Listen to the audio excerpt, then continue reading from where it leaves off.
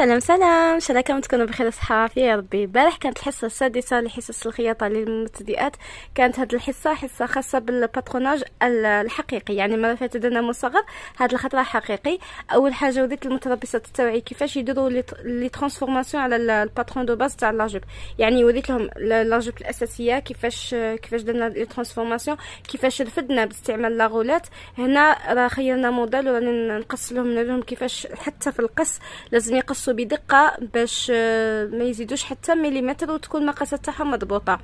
بعد ما كملنا عمليه استخراج الباترون على حسب الموديل اللي رانا باغينو، قسمت الطالبات التوعي لهم المتربصات تاعي لفوجين، كل فوج خدم موديل، فوج خدم جوب ابليكرو افيك امبياسمون، والفوج الاخر خدم جوب كيلوت.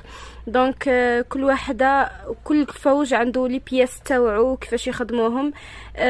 كاينه اللي راح يديروا بليكرو راح يكون فيها السحاب مخفي، الاخر السحاب ظاهر يكون في المنتصف.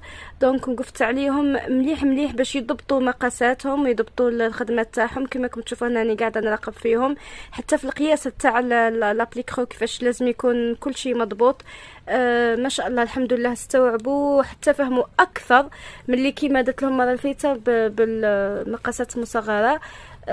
كما راكم تشوفوا الخدمه جات ما شاء الله نقيه، حتى هذوك الانحناءات قلت لهم وفهمتهم باللي لازم كل ما كانوا انحناءات ملاح يعطوا جماليه للموديل تاعنا، مش كيما نرسم برك وهكا وخلاص عليها، لازمنا نستعملوا المساطر تاعنا.